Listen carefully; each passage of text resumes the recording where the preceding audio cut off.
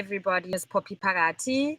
I'd like to welcome you to the 44th annual DIF Durban International Film Festival Isiphethu program.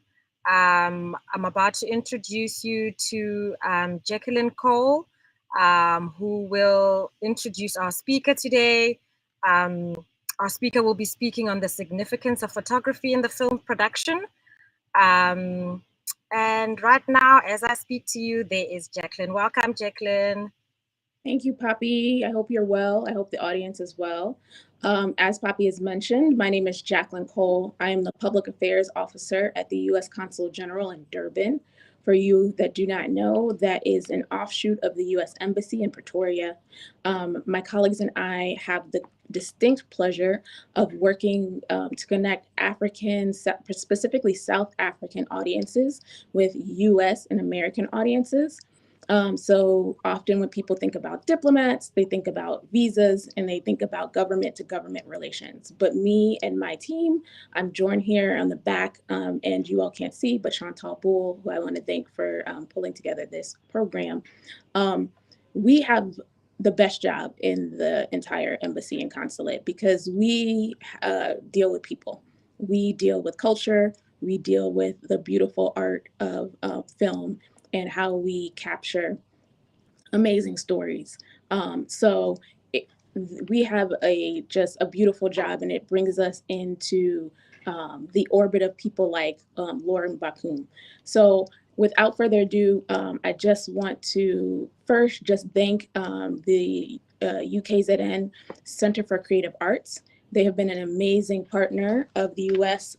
Government and specifically the consulate for many years. We've supported the Durban International Film Festival in many different ways and iterations over the last 40 plus years. That includes speakers, filmmakers, other things of that nature, and professional development of creative entrepreneurs, which is something that is of deep importance to us, not only because of the economic benefit, but because of the cross-cultural benefits and mutual understanding that is gained when we hear from each other's stories.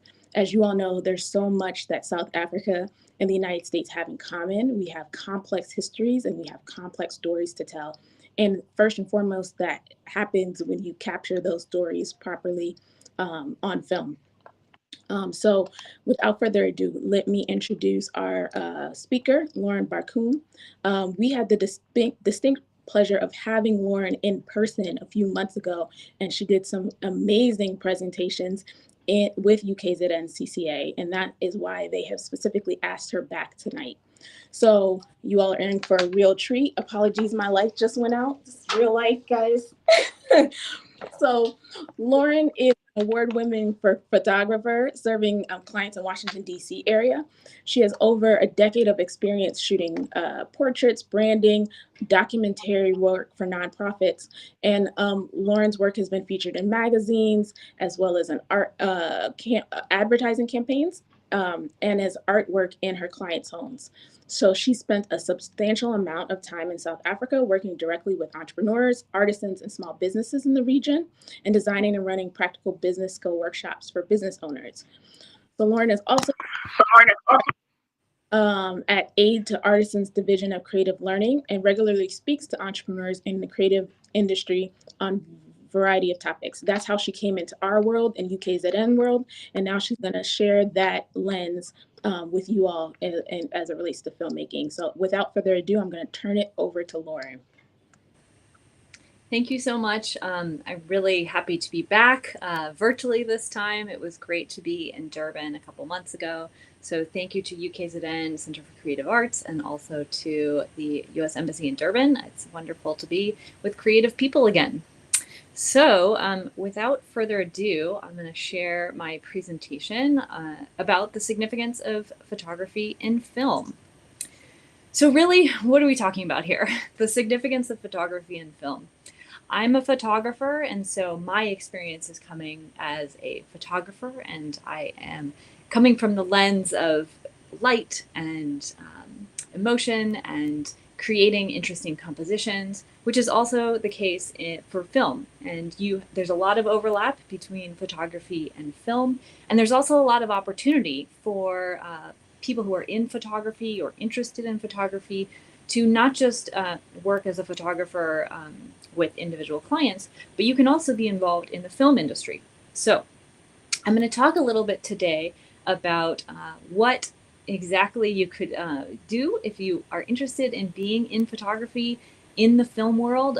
What are some of the ways that photography is used, and how do you create that visual storytelling when you are either looking through the lens of a photography camera or a video camera. So we've already gotten an introduction of me, but just a quick recap. I am a photographer. I've had a business for a long time. I also work as a trainer in Washington, D.C. in international development. And this is a photograph from my most recent trip to South Africa. It was great to be in 5 different areas across South Africa and give workshops to various different creative entrepreneurs all across South Africa. I also want to mention my experience, my small experience in film. So actually, when I was living in Johannesburg, I was part of a 48-hour film project in 2015, I believe. And so it was a lot of fun. I was part of a team of amateur filmmakers and actors, and we created a script, filmed it. I was both filming the videography. I was acting as well in the film, and so that was my entree into the film world. So I've done it as an amateur, and it's a lot of fun. And I've also been involved in a few, a long time ago, I was involved in a few film projects with amateur filmmakers, also in Johannesburg. And so, I have done a little bit of the world of film in addition to photography. But photography is my real experience. And so just to give you a window of my work, I'm just going to go through some of my photographs. And I work in a lot of weddings. And so this is some of my work with weddings. I also do portraits, branding portraits for individual clients who have businesses, entrepreneurs. I also work with high school seniors and do portraiture with individuals who are looking for their walls to be decorated and to celebrate their milestones. This is portraiture for branding, for personal branding, and then a few images from my work with weddings. And I want to start with a quote. You don't take a photograph, you make it. This is from Ansel Adams. So he was a landscape photographer. And this is so true.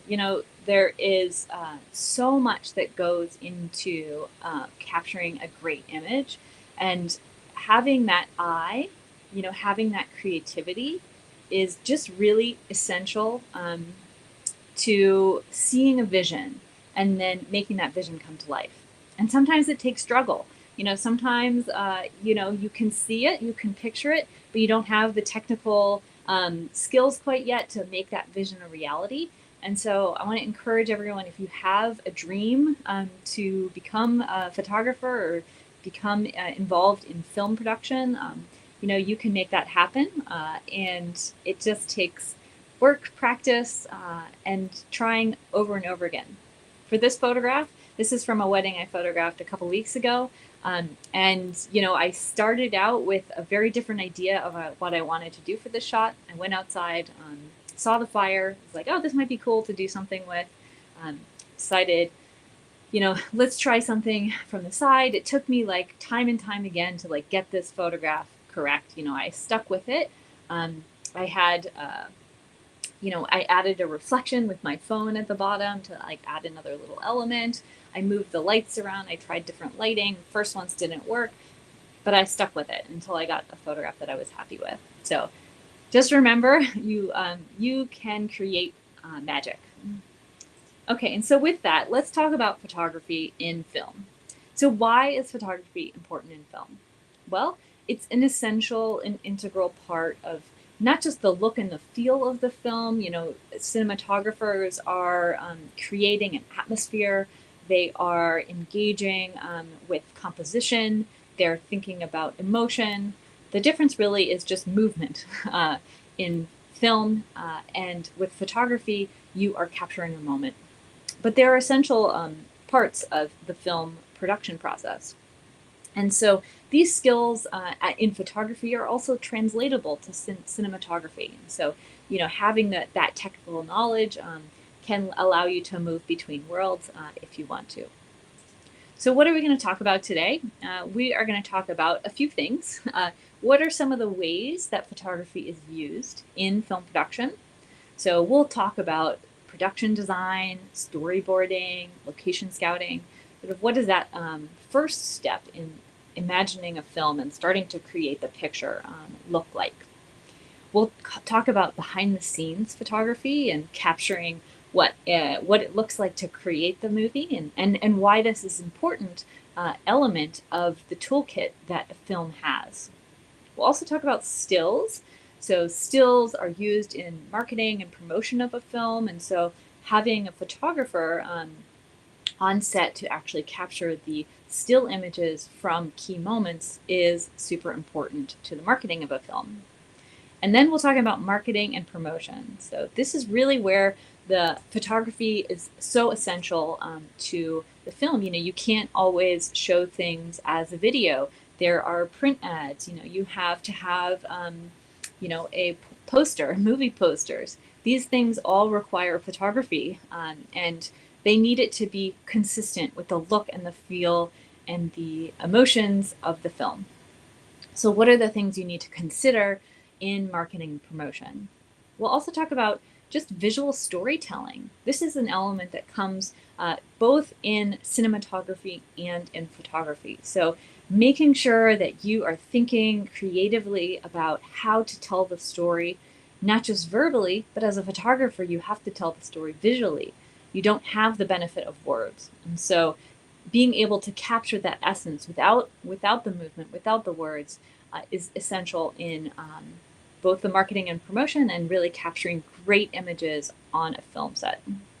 So there are all of these elements really contribute to the overall visual impact of the film, because the film doesn't just exist in a video in a cinema. It exists, as promotion before the movie. It exists in the press that you're talking about, in articles that are written. And so photography is really essential in part of this process.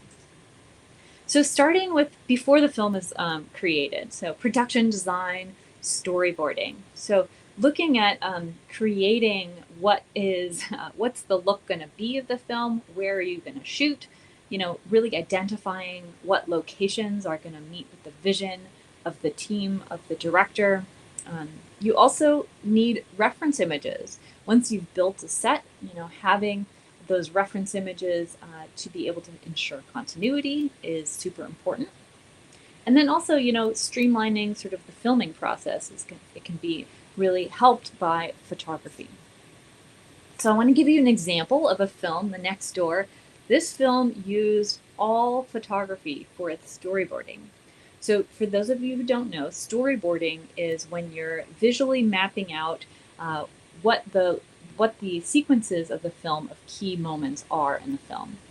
Now, usually storyboarding is done with drawings and sketches to sort of show what are some key frames in the progress of the storyline. But you can also do this with photography. And so this film basically mapped out all of the key shots that they wanted in the film. So what angles, what is the movement of the camera going to be? What is the movement of the actors in the scene? So this, really aids in the visualization, the coordination, the director's vision, the rest of the production team. Because before the movie exists, it's sort of in the director's head, or it's in different people's heads, and trying to get the team together onto one vision, one story, is really an important part of making a great film that everyone can really sort of be on the same team to create that unified vision. So this storyboarding is an example of, they photographed exactly what each shot was going to be. And when they were talking about this film after production and after it was released, the director was saying how great it was to have these shots exactly planned. It takes a lot of the work out of the time, that you're actually filming. It's like if you've already gone and you shot the exact locations where you want, it really speeds up production and makes things a lot easier. So storyboarding might be one of the places that you could use this if you really want to plan out production of a film before it's created, before it's filmed. So this is a photo from a location in Lord of the Rings, Hobbit House. And this is just to really give you both location scouting. If you're identifying the look and the feel of a place, these can be used as references. So, you might give, the director might give an idea of what the type of place that they're looking for. Like for here, example, places with hills, like beautiful sky, rolling sort of vistas, and winding stone pathways, and then they built set onto sort of this location. Now, having multiple different location photographs to reference, it helps you choose better what's going to create the vision, what's the feel, the look, ambiance, architecture of a particular location, and how would that contribute to the overall film storyline. Also, having this photograph as a set reference is going to be super important. So after they've built this set, when you're creating a film, you are not always filming it in order of the storyline itself. And so it's really important to have those reference images from the beginning of when you're filming, so that you make sure that, if, let's say in the storyline, someone picked up that flower pot and then smashed it. You want to make sure that, like, if there's a shot that comes later in the film, the flower pot is not suddenly back together and not smashed anymore. So these are the small details that, make a film just that much better. And so it's really important, especially in bigger films, is like, once you have a set and you're continuing to use it, you're just making sure that things are in the places that they're supposed to be, that they haven't mysteriously jumped to a new location. And so photography helps you to, as a reference image for that. It can also be used as reference images for costume design. If you find elements of different outfits or different textures, and then compile those together to create the costume design in a film. Behind the scenes is a fun one. So when you are filming, in the process of filming the movie, you really want to think about capturing behind the scenes. Okay, so why? Why does this matter? Well, it really helps in the marketing and the promotion of the movie. I mean, this photograph is a behind the scenes image from the new Mission Impossible movie. And, it's really quite impressive. When you're looking at a film itself and you don't necessarily know what's sort of real and what was, stunt doubles, these images sort of visually show the story. Mission Impossible, he does his own stunts, or not all of them, but a lot of his own stunts. And so that has been part of the promotion and press of the movie, is talking about these very impressive stunts, and how Tom Cruise does these himself. So these behind the scenes movie can accompany articles where you're talking about, the stunts, and this sort of visually tells that story in a way that shows, without the production, without the sort of post-production editing process, what it really looked like to be there. And it's also part of historical, capturing, and it's the collection that goes with the film. So the creation of a film, it's important to have these documented, and to have key moments really photographed, and having someone looking at behind the scenes. So not just in front of the lens, but behind the lens. So publicity and press, can be sent with press kits. They're also great for like DVD extras. So if someone is, really loves a film and they want to get the DVD, there are great opportunities for like bonuses or extras on a DVD that can include things like this, so these behind the scenes shots.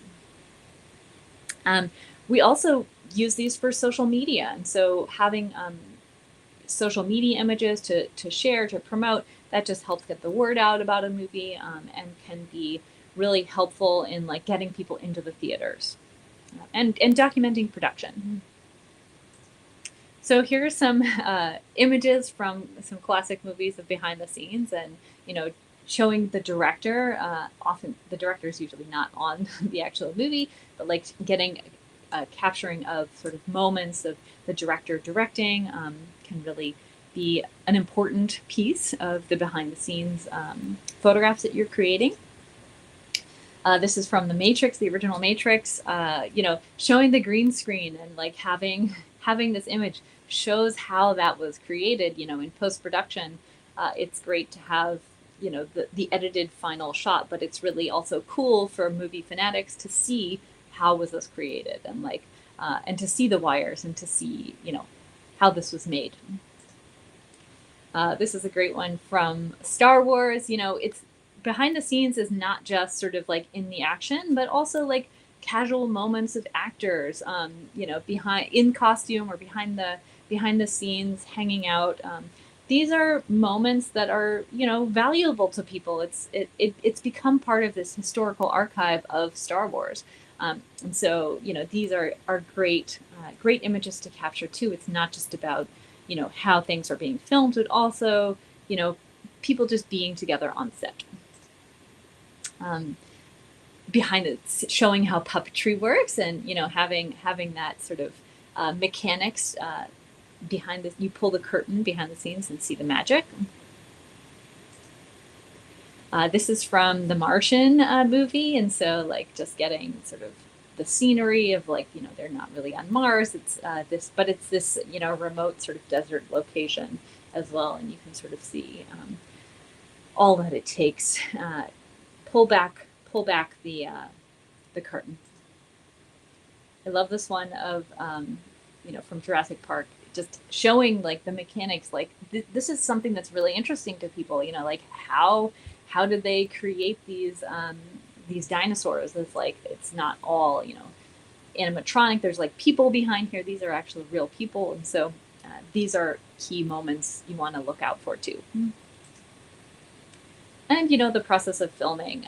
This is Wes Anderson and doing his directing and filming, and just a moment that shows again behind the scenes. Okay, so then let's think about stills. So for stills, you really want, these stills are going to be moments that are from the perspective of the like videographer, of the cinematography. So like it's as if you were taking a screenshot from a film, but you're bringing in a photographer. So photographing that key scene. So there's certain key scenes always in a movie that are sort of become iconic of that movie, and so those are the kinds you don't need to photograph every single little detail. You don't need to have a photographer for every moment, but really moments that are going to tell the story of the movie. Moments that are going to be memorable in a movie.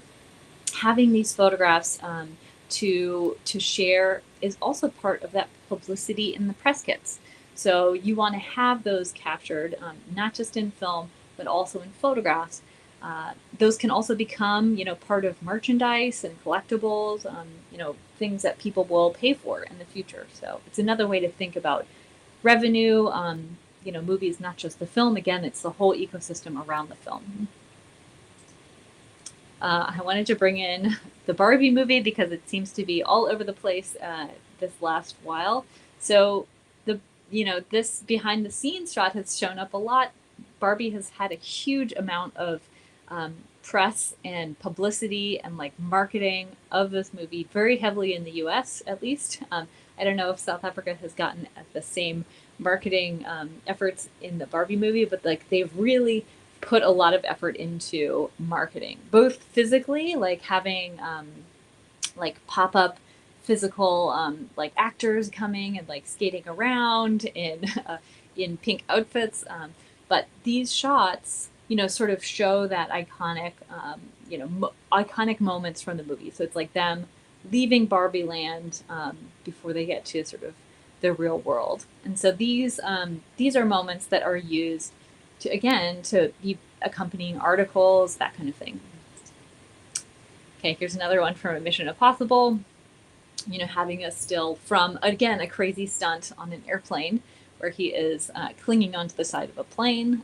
These are moments that people remember in a movie. But stills are not just about action moments or key moments. It's also to really show each actor or character in their costume in the context of the film. And so making sure that you, you know, if you are wanting to be involved in photography and film, that you're also capturing, you know, the individual portraits of different actors. Scenery.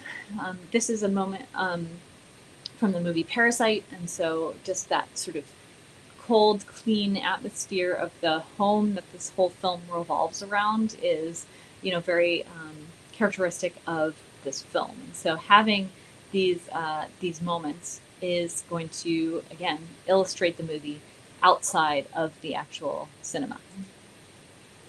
This is from the movie Carol, and so this is, again, a key moment. You know, it's like a moment of tension, like a little bit of, you can see in their eyes, emotion.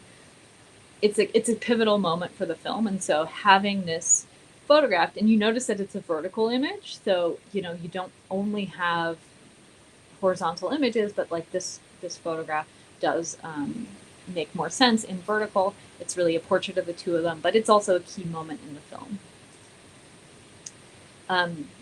This is the Demon Barber of Fleet Street.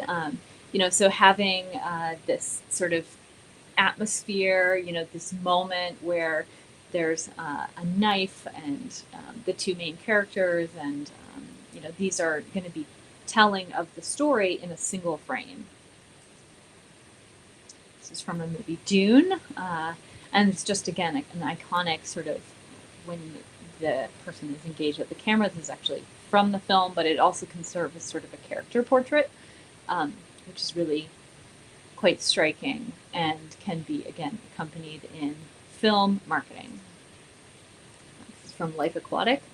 Again, you know, this is also sort of showing the nature of the film. This is sort of a Wes Anderson movie, and so he's sort of known for his quirky style and his also direct onto camera like connection with the actor and the camera. And so, you know, having this sort of cast of characters all, you know, staring straight is a great marketing image for a movie.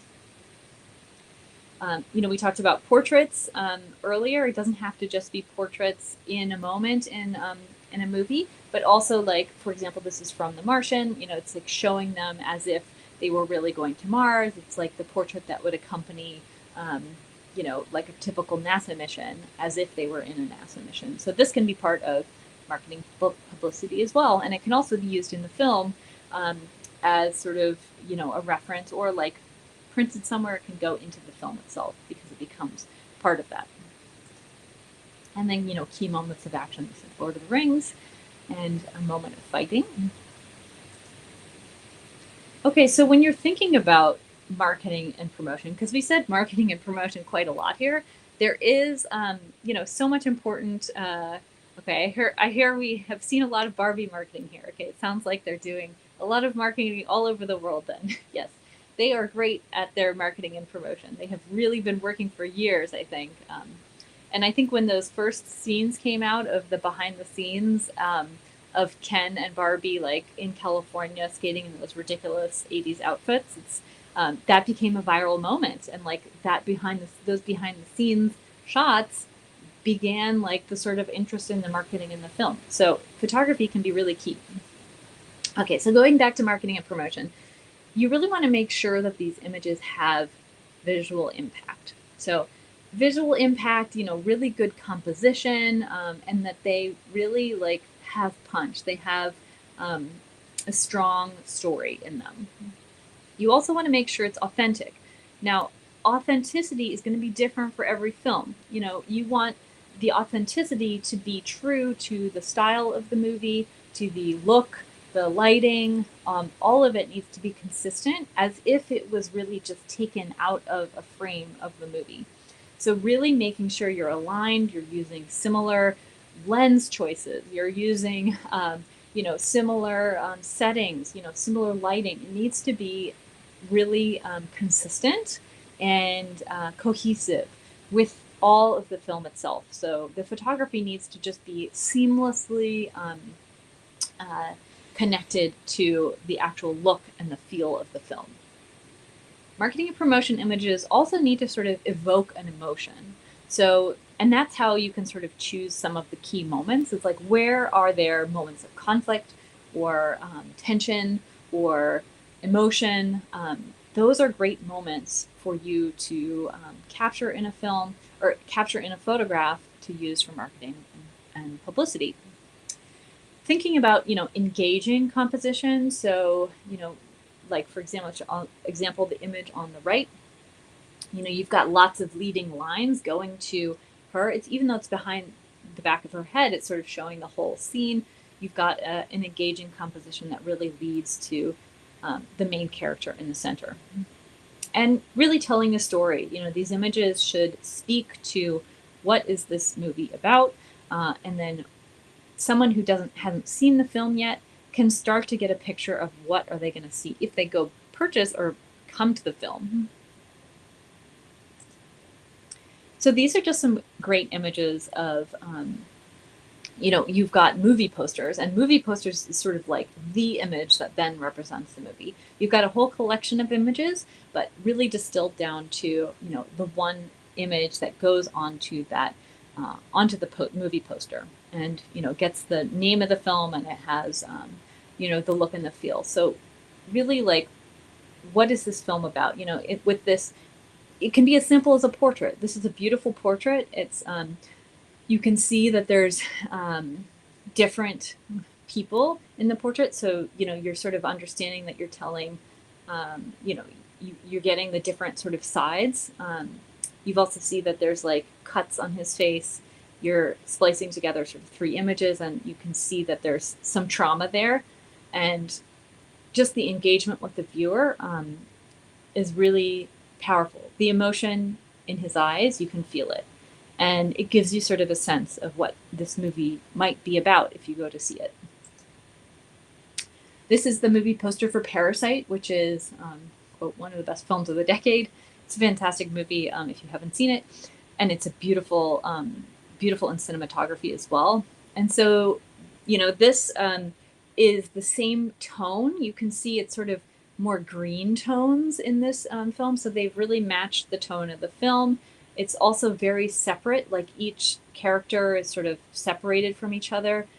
That's very indicative of the story of the film as well. They all are sort of have their own storylines, their own sort of lives. And you've got this juxtaposition of the people who are the wealthy individuals who own the home, and then the people who are sort of servants in the home. And, you can sort of feel that tension in this poster. I mean, you've got these mysterious legs in the front, which it's like, well, what happened? This invites you to, like, what's happening? Like, if you see this and you haven't seen the movie, I'm going to sort of think, oh, well, like, I kind of want to know what's happened there. What's with these legs in the front? This is giving me storytelling. It's giving me the feel of the actual movie. It's giving me lots of things in just one frame. Thinking about, even for documentary movies. So this is a documentary, or based on a true story rather. And, you've got this really engaging composition of these rocks. It's like creating this beautiful X where this action is at the center. It's a really dynamic sort of movement, and also really brilliant color in the photograph. So it's giving you a different feel than the previous image that we saw. We've got Fight Club, again, a classic movie, and you can see sort of the juxtaposition of the two different main characters. And it's really close. It's really in your face. And it's also really grainy and sort of green, sort of, underground, gritty feeling, which is true to the film as well. Here's a Matrix, movie poster. And so, again, you've got the main character. And even though this is just character portraits, you've got interesting composition still. So you see that the leading lines of his coat are leading to him. He's got, this strong triangle in the center, which is dynamic. There's movement in his coat. It's not just a static portrait. And, all their eyes are covered. So this is also sort of telling of the film. It has a similar sort of grittiness to it that is also in the film. So when you're thinking about how to create that visual storytelling through images, the first thing is you actually have to identify the story. Like, what is the story? What is this film about? What are you trying to share with the world? What is going to be interesting to audiences? Because when you're involved in a film, you can very much get in the weeds, but you have to sort of pull yourself back and think about, like, well, what is the story? And what is the story of this particular frame that I'm trying to capture as a piece of the larger story? Also, you really want to know the audience for the film. So, like, for example, this is, again, The Demon Barber of Fleet Street, which is based on a Broadway movie. You can tell from this image that it is a little sinister, a little foreboding. There's this knife, this person who looks very trusting, who is allowing this sort of sinister looking man to shave him with a straight knife. It sort of gives you that unease, like, well, is he trying to kill him or is he shaving his face? So that really tells me a story in a single frame of what this movie is.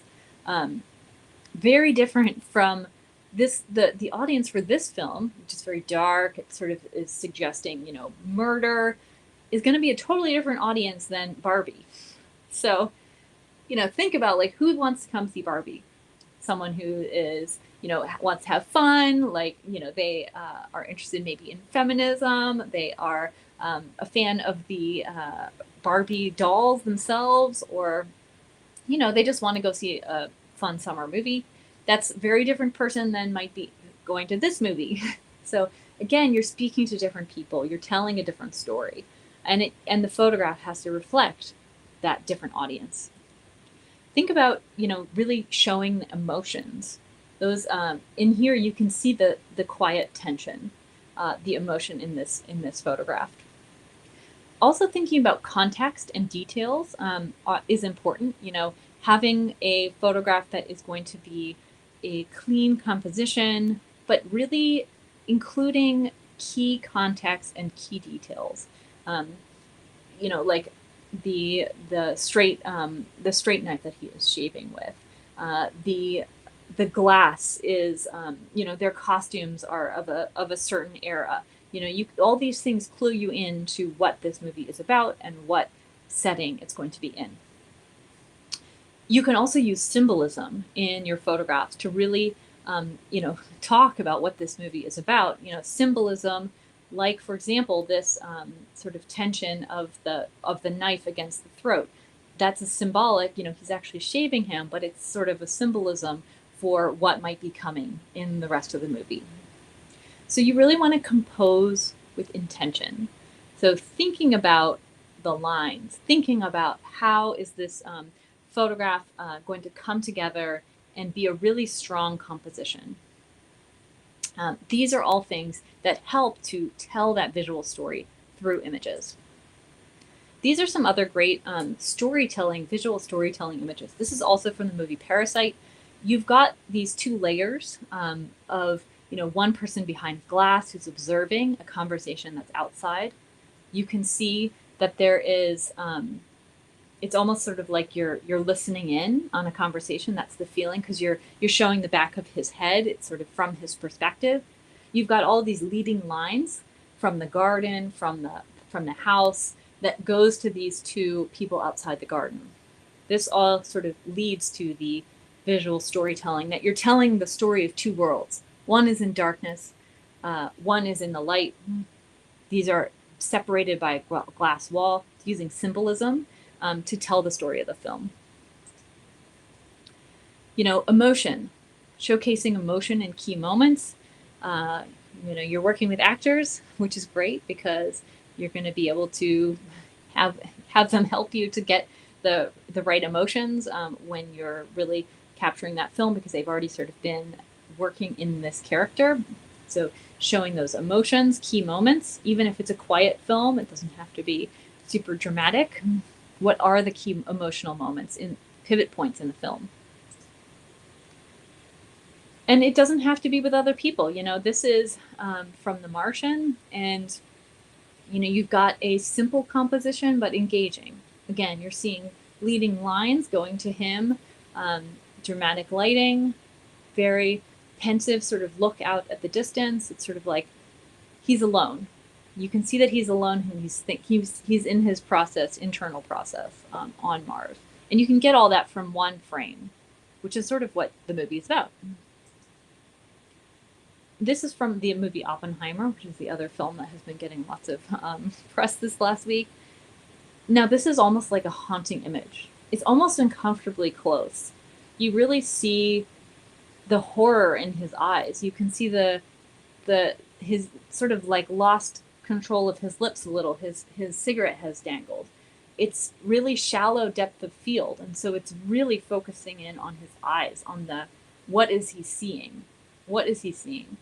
And so this image is very powerful, and it's a very powerful sort of promotion for the film as well, because it's telling you that this film is really about Oppenheimer the man and his his own internal struggles. It's very much from his perspective, and you can sort of feel that in that image.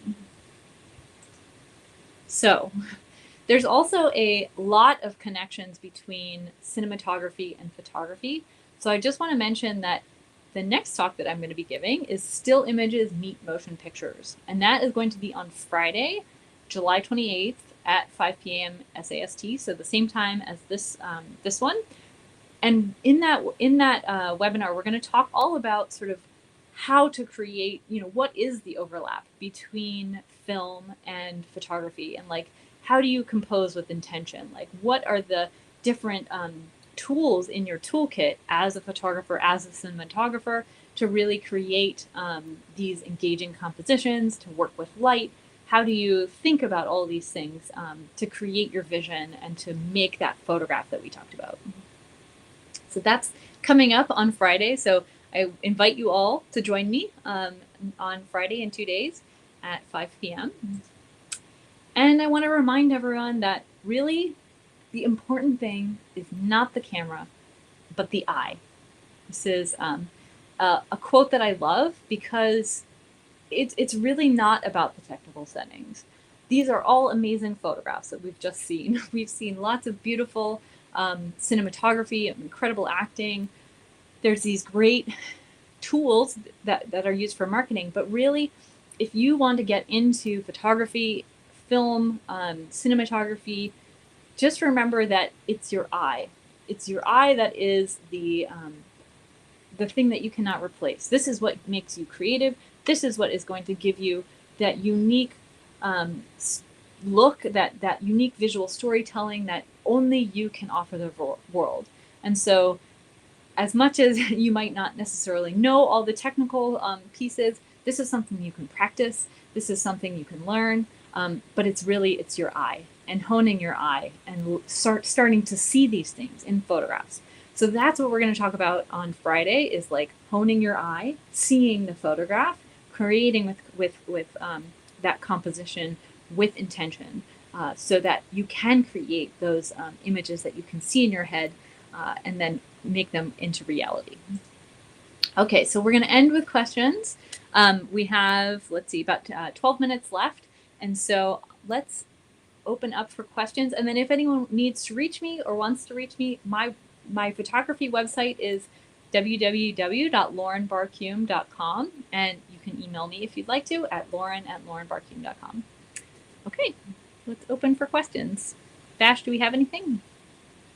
None yet, but thank you so much, Lauren. This has been such a wonderful and inspiring, thought-provoking, because I mean, especially from a marketing point of view, it's really opened my eyes.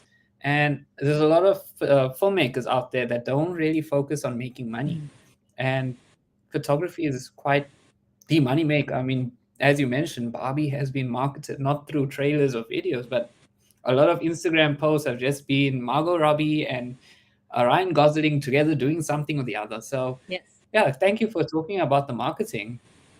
Um, and also the composition. Like I had questions lined up, and then next thing you were answering them.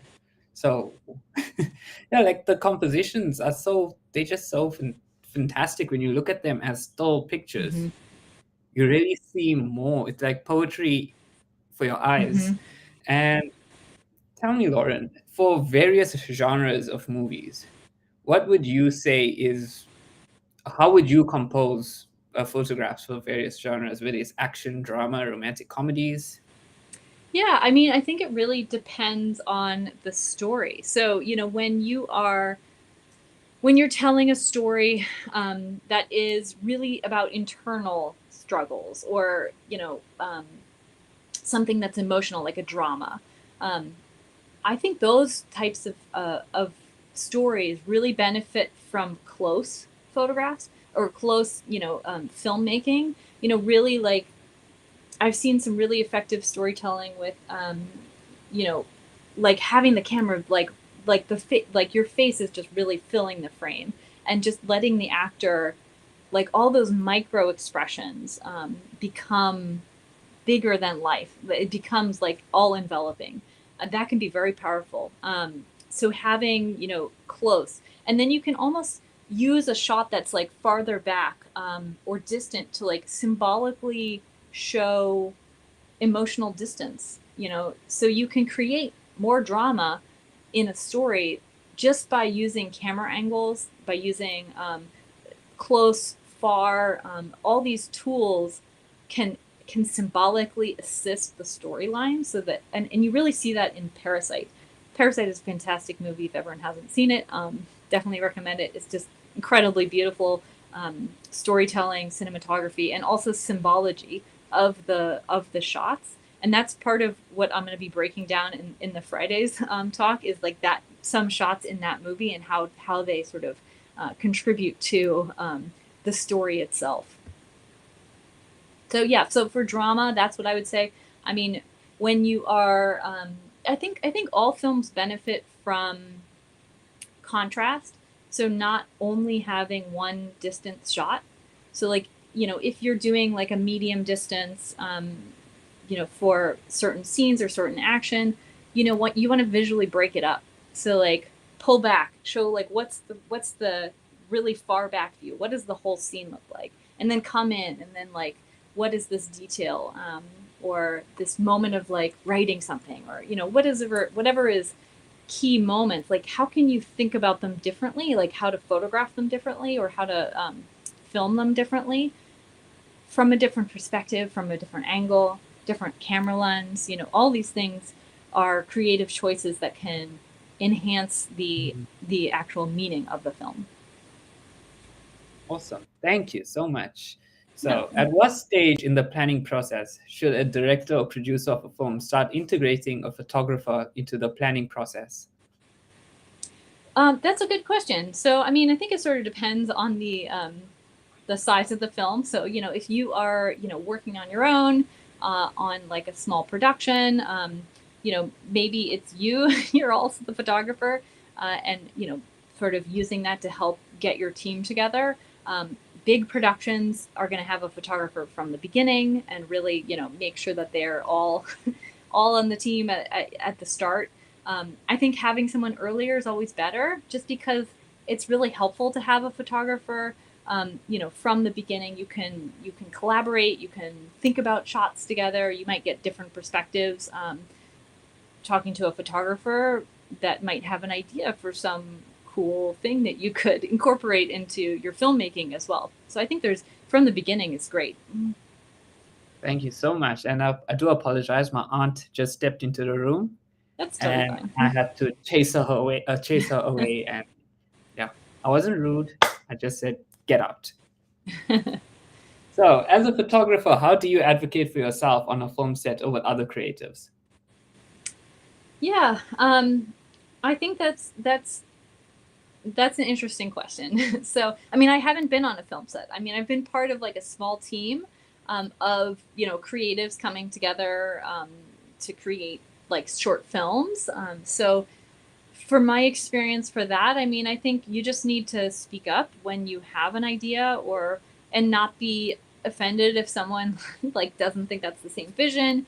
Be open to constructive creation, constructive criticism. It doesn't have to be you know, you versus everyone else. It's really like a team effort to make the vision come to life. And just remembering that everyone, like your goal is to like create one unified vision. And so all of you come together, all of the skills come together to create this vision of the movie and like the final thing. So, you know, see yourself as a team member and, speak up. Awesome, thank you. So we have a question from Facebook. Let's bring it up on screen. Thank you, Lauren. What basic equipment would you recommend for aspirant photographers? I think a good starting place is, a basic DSLR. There are, you can get used camera equipment that are, the basic lower end DSLR. I think it's less about like how fancy your camera is, and really it's your eye.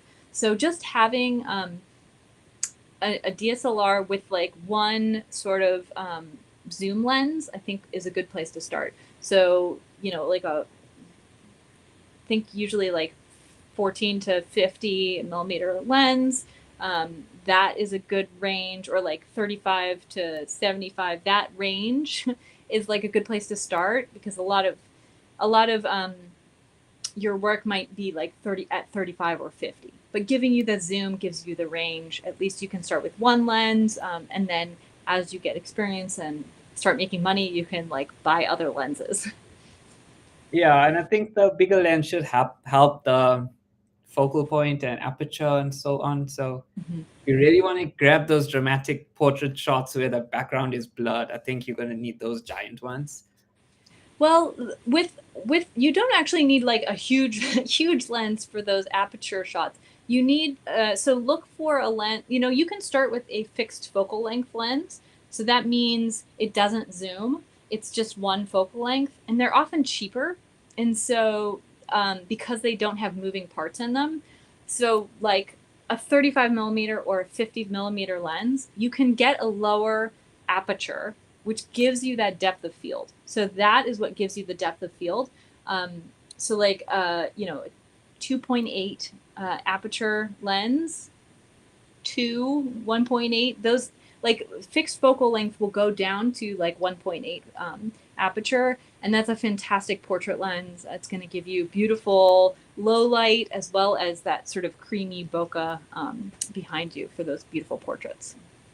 Awesome, thank you. So this has been a great session. We have a few minutes left on our clock. So this is not so much of a question, but more of a, what are your thoughts? If you had to take photographs for the Barbie movie or Oppenheimer, since it's so heavily marketed, what types of shots would you use, or compositions? That's an interesting question. I mean, I think like they have fantastic photography, and so like I love that Oppenheimer image with like the really close.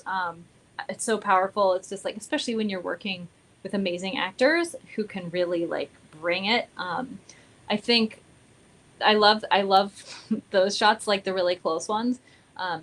For Barbie, I think having you can see that was a wider shot, that was a little bit pulled back. They're using post-production for like the background behind the scenes, so that would of course take editing.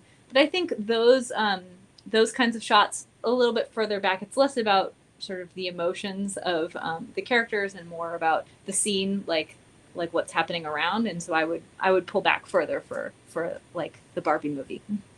Oh, nice, thank you for that. So we do have time for this last question from Stabiso. how are you able to get the picture you want? Like, for example, the black and white picture of Oppenheimer while the film crew is shooting. Do you tell the crew to wait for you to take the picture? It's a good question. So yeah, you definitely, because especially that shot, he's looking directly in the camera frame. So what I would do is I would have the film crew, finish the shot that they want first. Once they have the take that they like think that they're gonna like, because the actor might use like slightly different versions of his acting, and then you can come in immediately afterwards. It's already still fresh in the actor's mind. Move the film camera out of the way and get that shot for the stills. So like right after they're done with that scene, I think is a great time. Well, it's still like you've got the lighting already set up. They use continuous light, so it's easy to get the same lighting in a film set. You don't need to bring in off camera flash or anything to really get that shot. Awesome. Thank you. So that's our time. Lauren, Okay.